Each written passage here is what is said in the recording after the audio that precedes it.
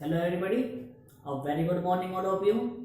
मैं अतुल कुमार एक बार फिर से अपने अतुल स्टडी यूट्यूब चैनल में आपका हार्दिक स्वागत करता हूं। कैसे हो आप सब? जल्दी से बताइए कैसे हो आप सब। आई होप अच्छे होंगे, अच्छे से मेहनत कर रहे होंगे और इंजीनियरिंग के कंसेप्ट को अच्छे से समझ रहे होंगे और खूब मेहनत करते रहना चाहिए गाइस। ठीक है, आज हम स्टार्ट करने वाले हैं शेयर एंड बॉन्ड का एक नया टॉपिक है, bent up bar and combined straps. मैं करा रहा था आपको शेयर एंड बॉन्ड, इसके अंतर्गत हम पढ़ेंगे आज बेंट अप मैंने करा दिया था। आज हम पढ़ेंगे कंबाइंड स्टीरप्स। अच्छा, कोई स्टूडेंट मेरे को बताएगा कि स्टीरप्स होता क्या है? What is the stirrups? Stirrup मैंने अपने वीडियो के पिछले लेक्चर में आपको बताया है कि स्टीरप्स होता क्या है। स्टीरप्स होता है जैसे कि कोई कॉलम होता है, कॉलम में 4 बार लगाए जाते हैं, मिनिमम 4 बार लगाई जाती है। जो भी बार्स लगाई जाती है उनको फिक्स करने के लिए, आई मीन जकड़ने के लिए, एंकर करने के लिए। ठीक है, मैं क्या करता हूँ, एक वायर यूज करता हूँ। उस वायर को क्या बोलते हैं? हम स्टीरप्स बोलते हैं। ठीक है, समझ में आया?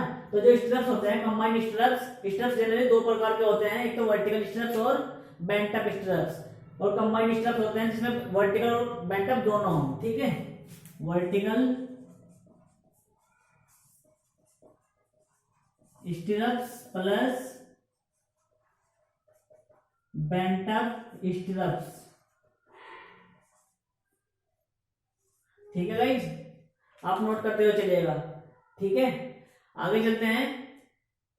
देखो, जब हम कंबाइंड स्ट्रेस में डिजाइन करते हैं तो सबसे पहले जो वरीयता देते हैं हम बेंट अप को देते हैं। सबसे पहले वरीयता बेंट अप बार को देंगे, उसके बाद वर्टिकल स्ट्रेस को देंगे। डिजाइन जो करेंगे सबसे पहले बेंट अप के लिए करेंगे, उसके बाद डिजाइन जो करेंगे हम वर्टिकल के लिए करेंगे। ठीक है गाइस, डिजाइन स्टेप लिख लीजिए इसके स्टेप्स। ये क्या है आपके डिजाइन के स्टेप्स हैं। सबसे पहले क्या करेंगे हम? टोवी फाइंड आउट करते हैं। टोवी बताया था मैंने आपको, नॉमिनल शेयर स्ट्रेस और average shear stress. Tau v equal to क्या है? V upon BD। ये किसके लिए होता है? वर्टिकल के लिए होता है, वर्टिकल स्टीरप्स। और क्या होता है tau v? Tau v equal to V upon BD plus minus M10 beta. ये किसके लिए होता है? बेंट अप के लिए। ये मैंने आपको पिछली वीडियो में आपको करा दिया है। ठीक है, जिसको समझना है अच्छे से मेरी पिछली वीडियो देख लीजिएगा। और क्या होता है, कुछ 3 केस बताए थे। टोवी की वैल्यू अधिक होती है टोसी से, टोवी की वैल्यू अधिक होती है टोसी मैक्स से, और टोवी की वैल्यू कम होगी टोसी से। इसमें क्या होता है, जब टोवी की वैल्यू अधिक होती है टोसी से तो क्या करते हैं? शेयर रिइंफोर्समेंट प्रोवाइड करते हैं। ठीक है, शेयर रीइंफोर्समेंट प्रोवाइड किया जाता है। ठीक है, और जब ये केस होता है तो क्या होता है? रीडिजाइन किया जाता है, रीडिजाइन। ठीक है, और टोवी की वैल्यू लेस देन होती है टोसी से, नॉमिनल शेयर स्ट्रेस से क्या होता है? फिर मिनिमम शेयर रीइंफोर्समेंट प्रोवाइड करता है, मिनिमम शेयर रीइंफोर्समेंट प्रोवाइड करते हैं। ठीक है, ये नोट कर लीजिए आप। आगे चले।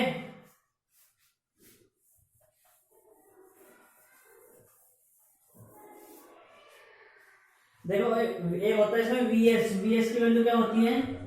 Sigma ST into ASV into D upon SV। ठीक है, ये लिखवाया था मैंने,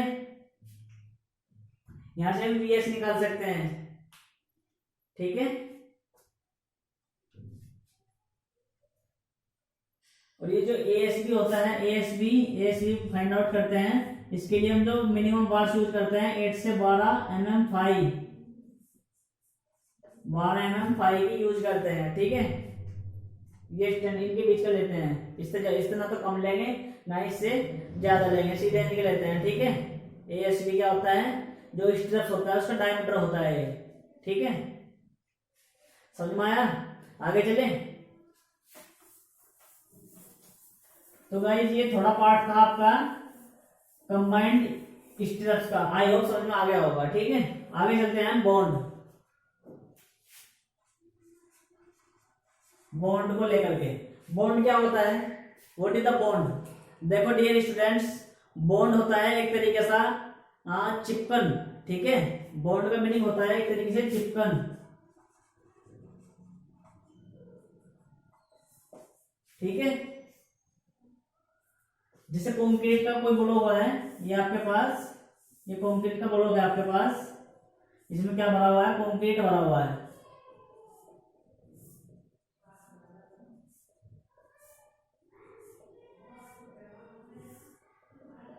ठीक है। ये क्या है आपका, कंक्रीट का एक ब्लॉक है। इसमें आपको क्या करना है, इसमें आपको एक बार प्रोवाइड करनी है स्टील की, ठीक है। ये प्रोवाइड कर दी स्टील की बार, ठीक है। तो ये जो बार हमने प्रोवाइड की है, ये बार जो है यहां तक इसका इफेक्ट होगा, ठीक है ना। यहां तक ये बहुत अच्छे से बॉन्ड बनाएगी, ठीक है। इतनी जकड़न होगी कि यहां तक कि कंक्रीट अपने साथ में ही खींच लेगी यदि हम इसको फोर्स द्वारा खींचे तो, ठीक है। यहाँ पे काफी हाई स्ट्रेंथ होगी इसकी, ठीक है। तो इस स्ट्रेंथ को क्या बोलते हैं, बॉन्ड स्ट्रेस, ठीक है भाई। जैसे कि मैं इस पर फोर्स लगाऊंगा बार पे, खींचेगी तो उसको कोई ना कोई तो रोकेगा, कौन रोकेगी, वो कंक्रीट रोकेगी, और जितनी कंक्रीट कितनी स्ट्रेस लगाएगी उस स्ट्रेस को क्या बोलते हैं, बॉन्ड स्ट्रेस, जिसे बोलते हैं हम टोबीडी। ये नोट करते हुए चलिएगा, बहुत इंपॉर्टेंट टॉपिक है, ठीक है, ध्यान से समझिएगा। समझ में आया? ये बना लीजिए। इसके बाद आता है आपका, यदि हम बात करें कंक्रीट की ब्लॉक है, कंक्रीट का कोई ब्लॉक है और ये कंक्रीट का कोई और ब्लॉक है, ठीक है। इसमें आपने प्रोवाइड की है, एक बार प्रोवाइड कर दीजिए।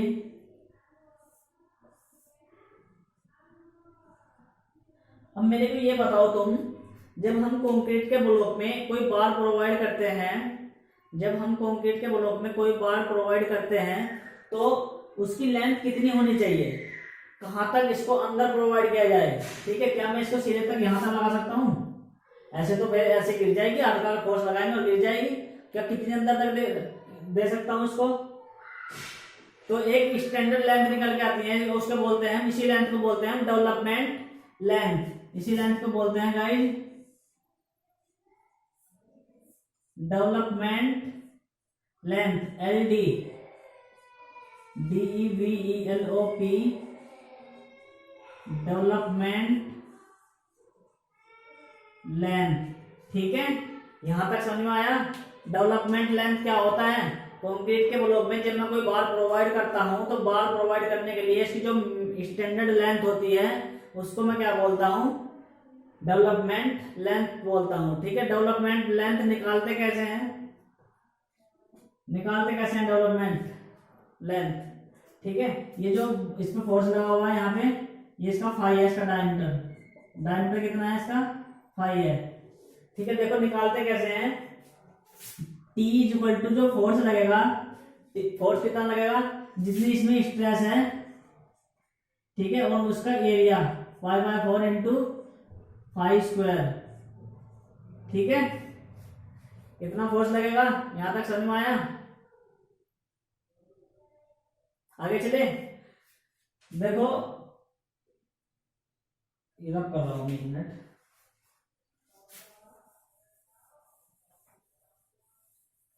बोर्ड थोड़ा छोटा है, ठीक है, इसका प्रावधान करने के जा रहा है, ठीक है। वो कुछ दिनों बाद अच्छा बोर्ड ले आएंगे और आपको अच्छे से समझ में आ जाएगा, ठीक है। फिर आप करने की आवश्यकता नहीं पड़ेगी। देखो क्या होता है, जो टी होता है, टी की वैल्यू कम होनी चाहिए, टी की वैल्यू कम होनी चाहिए, किससे, जो टोबीडी है, ठीक है।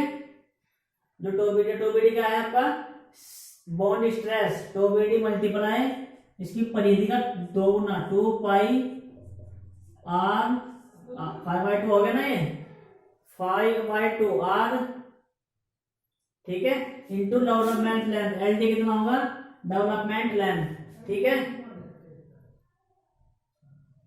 तो यहां से आप T की वैल्यू निकाल सकते हैं। T की वैल्यू क्या निकल के आएगी, यहां से आप LD की वैल्यू निकाल लीजिए। LD की वैल्यू कितनी आएगी, LD की वैल्यू आएगी आपकी, LD इक्वल टू,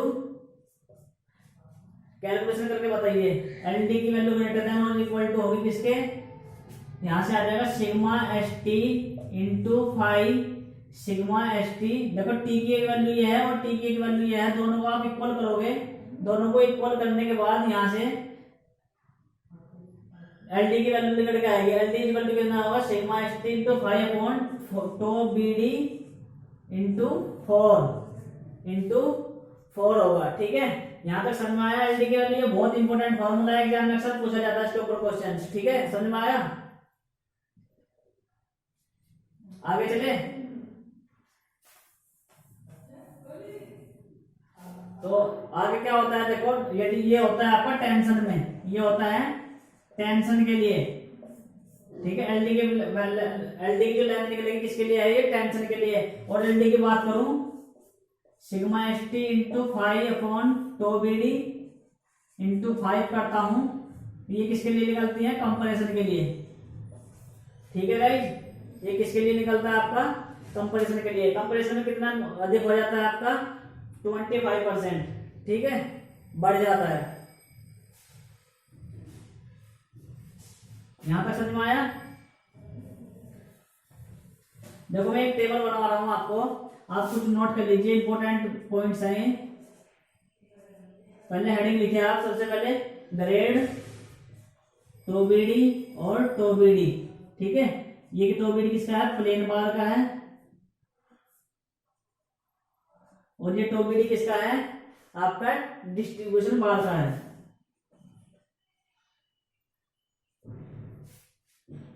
बार दो तरीके की होती है, एक तो प्लेन बार और एक डिस्ट्रीब्यूशन बार। ठीक है, प्लेन बार और डिफॉर्म्ड बार, डिस्ट्रीब्यूशन डिफॉर्म बार है। ठीक है, डिफॉर्म्ड बार। यहाँ पे कॉन्क्रीट की वैल्यू लिख लीजिए एम, कॉन्क्रीट के एम 20, 25, 30, 35 और एम 40। ठीक है, टोबीडी की वैल्यू कितनी होगी, 0.9, 0.8, 0.9, 1.0, 1.1 और 1.2। ठीक है, और टोबीडी की वैल्यू कितनी आएगी, 1.28, 1.47, 1.60, 1.76, 1.92। ठीक है, ये नोट कर लीजिए, इंपॉर्टेंट होती है। अब आपसे एग्जाम में अक्सर पूछे जाते हैं M20 कंक्रीट के लिए टोबीडी की वैल्यू किसी होगी, प्लेन बार की बात करो तो 0.8 होगी, और डिस्ट्रीब्यूशन बार के लिए कितनी हो जाएगी, 1.28 होगी। ठीक है, देखो ये याद करने की जरूरत नहीं है, ये याद करने की जरूरत नहीं है। देखो एक तो होता है प्लेन बार, एक होता है आपका डिफॉर्म बार। ठीक है, प्लेन बार और डिफॉर्म बार। जो प्लेन बार होती है, प्लेन बार का 60% जो होती है वो डिस्ट्रीब्यूशन बार होती है। यदि मैं इसका 60% बढ़ाता हूं, 60% बढ़ाता हूं, 60% का मतलब क्या होता है, पीवी की मल्टीप्लाई 1.6 से करता हूं तो डीबी निकल के आता है। ठीक है, यदि मैं इन सबके 1.6 से मल्टीप्लाई करूंगा तो ये आएगा, देखो 16 8 128, 16 9 144। ठीक है, 16 धाम 160। ठीक है, ऐसे ऐसे निकल के आ जाएगा आपका। ये समझ में आ गया, कोई दिक्कत। आगे चले,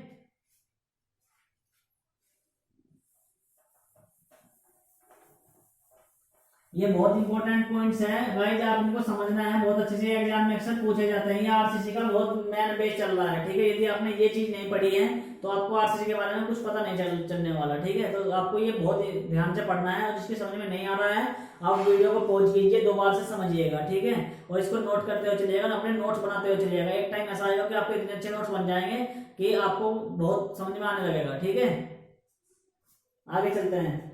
आगे लिखिए heading provision IS code, provision IS code. ठीक है, प्रोविजन आईएस कोड में सबसे पहले लिखिए, जैसे कि कंपैरिजन की अगर जो मैं बात करूं, कंपैरिजन की अगर जो मैं बात करता हूं, कंपैरिजन में कंप्रेशन में कितने परसेंट अधिक होता है? 25% अधिक होता है, 25% अधिक होता है टेंशन की अपेक्षा। ठीक है, देन टेंशन, ऐसे लिखेगा आप। कंपैरिजन वाल की अगर मैं बात करूं, कंपैरिजन के लिए कैसे निकालते हैं? 25% इंक्रीज होता है देन टेंशन। ठीक है, और डिस्ट्रीब्यूशन की बात करता हूं, डिस्ट्रीब्यूशन की अगर मैं बात करता हूं तो 60% इंक्रीज, 60% इंक्रीज ऑफ प्लेन बार। ठीक है, ऑफ प्लेन बार, ये समझ में आया? अभी अभी क्या था, 60% बढ़ा था, 1.6 से मल्टीप्लाई की थी प्लेन बार की सम की। ठीक है, तो 60% इंक्रीज होता है। नेक्स्ट आता है आपका फोर बंडल बार्स। देखो बार्स के जो बंडल होते हैं, यदि आपके 2 बार के बंडल हैं, 2 बार, 3 बार्स, 4 बार्स, ये हो सकता है 2 बार का बंडल हो सकता है, तो 3 बार और 4 बार। एग्जाम में पूछा जाता है जब 2 बार लगी हुई हो, जब 2 बार लगी हुई हो तो बॉन्ड स्ट्रेंथ कितना बढ़ता है? बॉन्ड स्ट्रेंथ कितना इंक्रीज होता है? 2 बार के लिए होता है 10% इंक्रीज। ठीक है, 3 बार के लिए होता है आपका 20% इंक्रीज, और 4 बार के लिए होता है 33% इंक्रीज होता है। ठीक है, ये बहुत इंपॉर्टेंट है, न्यूमेरिकल में आपके काम आने वाला है। ठीक है, ये उतार लीजिए आप। आगे चलते हैं 4 पॉइंट क्या होता है? फाई की वैल्यू जो अधिक होती है, फाई की वैल्यू अधिक नहीं होनी चाहिए, आई मीन कम होनी चाहिए 36 mm से। ठीक है, 36 mm से ज्यादा नहीं रहना चाहिए, IS कोड कहता है। ठीक है, नोट कर लिया? आगे चलें।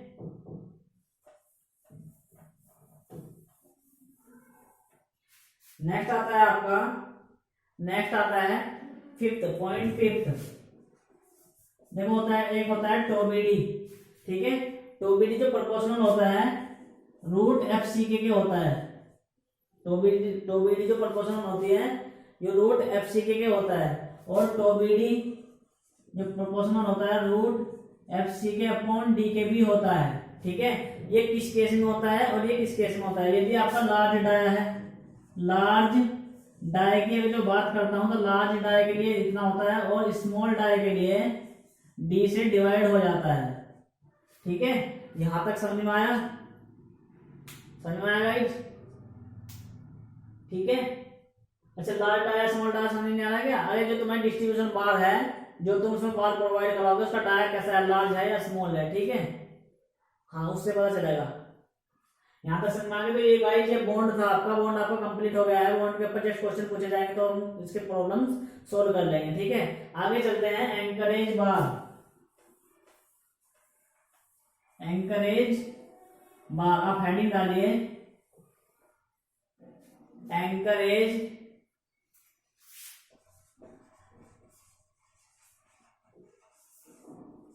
बार।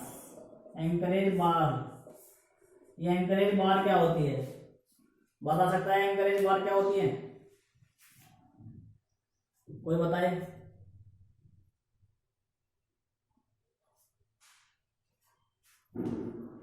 देखो लिख लीजिए आप, हिंदी में लिख लीजिए, मैं हिंदी में लिखवा दूंगा। तो जिस बार के लिए, जिस लेंथ के लिए बार को मोड़ा जाता है, जिस लेंथ के लिए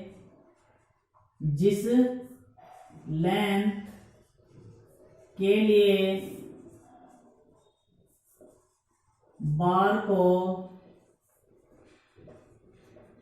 मोड़ा जाता है उसे क्या बोलते हैं हम? उसे एंकरेज बार कहते हैं। एंकरेज बार कहते हैं। समझ में आया एंकरेज बार क्या होती है? जिस लेंथ के लिए बार को मोड़ा जाता है उसे एंकरेज बार कहते हैं। सर ये तो समझ में नहीं आया। अरे आपके सामने लिखा हुआ है, क्यों समझ में नहीं आया? जिस लेंथ के लिए बार को मोड़ा जाता है उसे एंकरेज बार कहते हैं। अभी भी समझ में नहीं आया तो दोबारा समझे। देखो क्या होगा, आपको फिगर से समझते हैं। आपकी समझ में नहीं आया तो आप फिगर से समझ लीजिए, यहां से आपके क्लियर हो जाएगा। ये आपका कोई क्या है, कंक्रीट का कोई ब्लॉक है, ठीक है। आपने इसमें क्या किया हुआ है, आपने इसमें एक बार प्रोवाइड किया हुआ है, ठीक है। अब हम क्या करते हैं, जैसे मैं इस पर टेंशन लगाता हूं, टेंशन फोर्स लगाता हूं, तो इसके खींचने के चांस कुछ ज्यादा रहते हैं, ठीक है। तो यदि मैं इसको मोड़ दूं, ठीक है, तो अब ज्यादा टेंशन की आवश्यकता होगी, ठीक है। अब थोड़ा डिफिकल्ट होगा खींचना, ठीक है।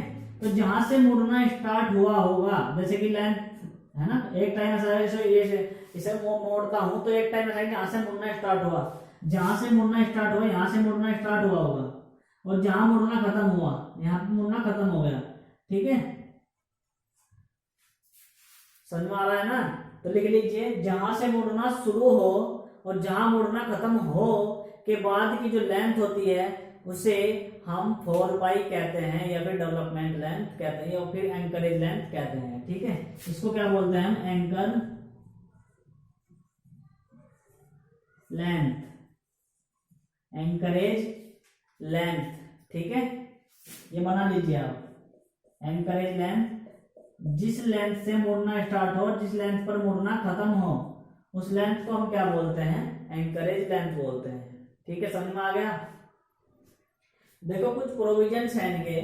यदि मैं अपनी एंकरेज बार को 45 डिग्री पर मोड़ता हूं, जैसे मेरी लेंथ ये है और मुझे इसको मोड़ना है ऐसे 45 डिग्री पर मोड़ना है, ठीक है।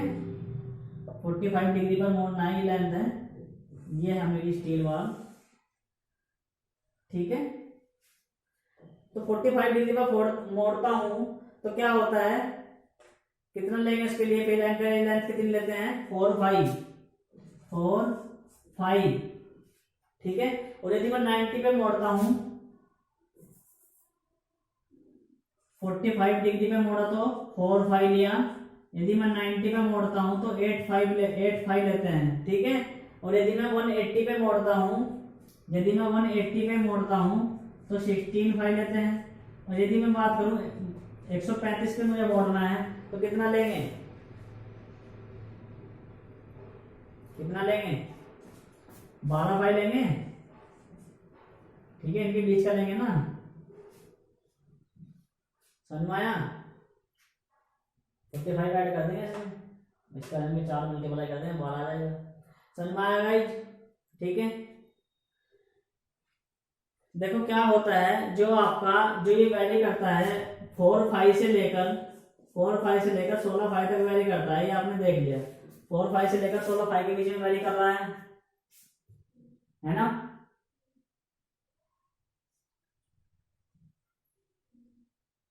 ये 4 5 समझ में नहीं आ रहा है, तुम्हारी क्या होता है 4 5? अरे देखो क्या होता है 4 5 समझ में आएगा अभी तक? ये कुछ ना कुछ डिस्टेंस होगी ना, इसी को तो 4 5 बोल रहे हैं। यदि मैं कहूं इसका डायमीटर 6 mm का है तो ये लेंथ कितनी होगी, 24 mm होगी। ये होता है इसका 4 5 इसका मीनिंग, ठीक है। 24 से कितनी होती है 16 5 तक, इसकी 16 से 16 से कम 96, यानी कि 24 से 96 बता रहा है।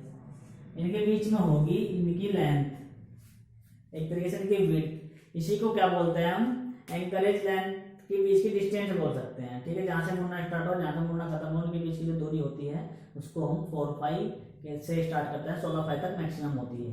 समझ में आ गया? ये एग्जाम में पूछा जाता है गाइस अक्सर, ठीक है। समझ में आया? आगे चले, ठीक है।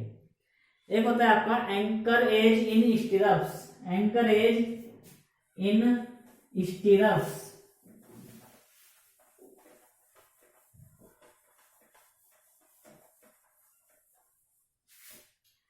एंकरेज इन स्टिरप्स,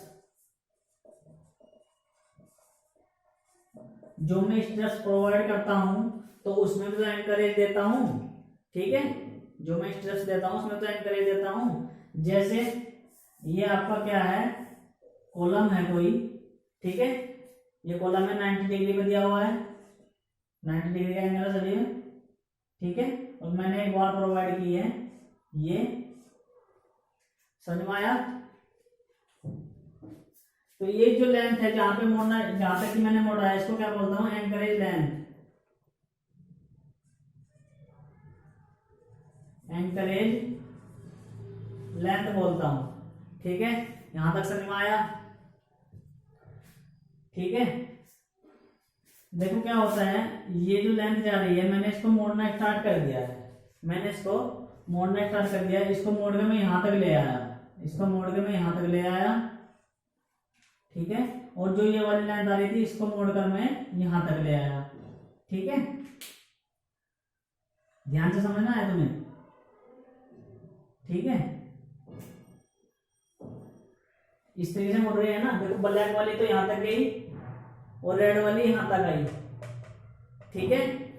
तो जो ये टॉप से यहां तक की जो लेंथ आई है, ये क्या होती है आपकी, ये क्या होती है, 8.5 होती है, 90 के लिए कितना होता है, 8.5, यानी कि यदि मैं 6 mm की बात करूं, इसका डायमीटर 6 mm है, तो 6 थे 48, यानी कि यहां से यहां तक की डिस्टेंस 48 तक मुझे चढ़ानी है, इसके ऊपर एंकर करना है, ये समझ में आ रहा है ना। यदि मैं बात करूं 135 के लिए, यदि मैं बात करूं 135 डिग्री के लिए, 135 की बात करूं,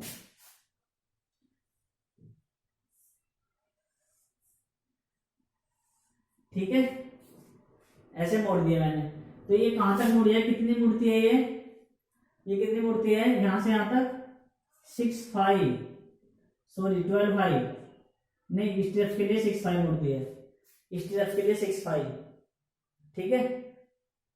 ये स्टेप्स की बात चल रही है, एंकर बार की बात नहीं कर रहे हैं हम, एंकर बार तो 12 होता है उसके लिए, तो ठीक है।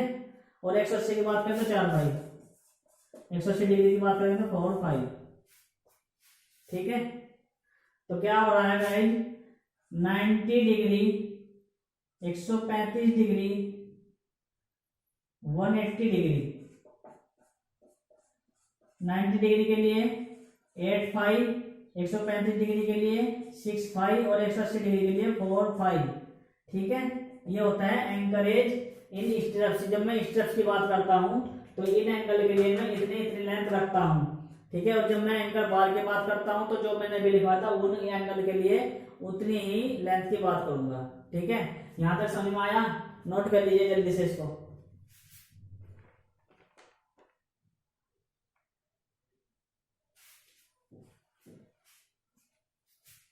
आगे चले,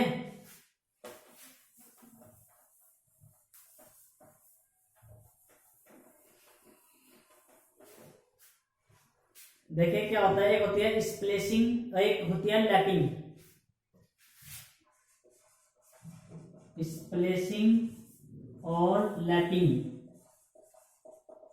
दोनों एक ही होते हैं वैसे तो, ठीक है। क्या होती है लैपिंग, लैपिंग क्या होती है, अच्छा एक बात बताओ, जैसे कॉलम है, या बीम भी हो सकता है, यदि मैं बात करूं कॉलम की, मैं कॉलम बना रहा हूं, ठीक है, मैंने कोई कॉलम डिजाइन किया हुआ है और मैं उसका कंस्ट्रक्शन करा रहा हूं, तो कॉलम का जो लेंथ है, कॉलम में जो बार लगे हुए हैं उनके लेंथ यहाँ तक का है, समझना बहुत ध्यान से।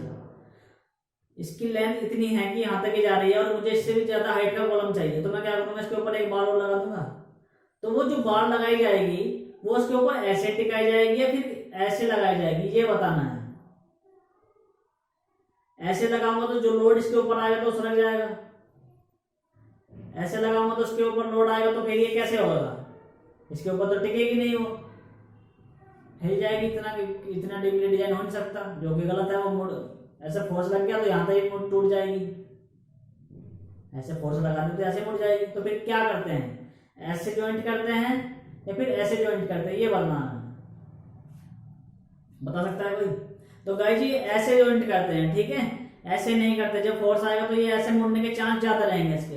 लेकिन जब यहाँ पे इसको वेल्ड किया जा सकता है, स्ट्रफ किया जाता है, इसको फिक्स कर दिया जाता है, ठीक है, तो ये बिल्कुल भी नहीं हिलता। और यहाँ पे हाई स्ट्रेंथ कंक्रीट प्रोवाइड की जाती है जिससे इसकी स्ट्रेंथ काफी हो जाए, ठीक है। तो गाइस मेरा क्वेश्चन ये था कि लैपिंग क्या होती है, यानी कि कितनी लेंथ तक मेरे को क्या करना है, इसको प्लेस करना है, कितनी लेंथ तक, क्या मैं इसको डबल कर सकता हूँ इतना, यानी कि एक ना एक लेंथ तो ऐसी होगी जो स्टैंडर्ड स्ट्रेंथ देगी, जिस पे सरकेगी नहीं ना। मैं इतनी रख सकता हूँ, इतनी पे भी सर जाएगी, इतनी इतनी इतनी कितनी कितनी रख सकते हैं, उसी को क्या बोलते हैं हम, लैपिंग बोलते हैं। आई होप समझ में आ गया होगा गाइस, ठीक है। जैसे एक बार ये है, ठीक है, और एक बार आपकी ये है, तो यही क्या है, आपकी लैपिंग है, ठीक है, जहां आपको ओवरलैप करनी है। समझ में आ गया, समझ में आया गाइस। आगे चलते हैं। ये तो बात कर रहा था मैं जब मैं खाली 2 बार, ये यदि मैं बात करूँ ये फिर से खत्म हो गई, यहाँ पे और भी प्रोवाइड कर ली है, तो मैं क्या करूंगा, अब जब फिर से ब्लैक लेकर आऊंगा, ठीक है, यहां तक समझ में आया। इसको ये भी लैपिंग होगी, ऐसे ऐसे हम इसको बढ़ाते हुए चले जाएंगे, ठीक है, ऐसे ऐसे हम इसको बढ़ाते हुए चले जाएंगे। और गाइस तुम्हें देखना है कि जहां पे हम 2 बार लैप करते हैं उनके जो बीच की जो दूरी होती है 1.2 L होती है, 1.2 L। L मीनिंग क्या होती है, L जो होती है लैप लेंथ, सॉरी 1.3 होता है, 1.3 L, ठीक है। ये समझ में आया। देखो जो बार प्रोवाइड की जाएगी, यहाँ पे लिखना आप, जो मूवमेंट होगा इसमें, मूवमेंट कैपेसिटी होगी 50% ऑफ, ये लिख लीजिए कुछ प्रोग्राम, 50% ऑफ कैपेसिटी,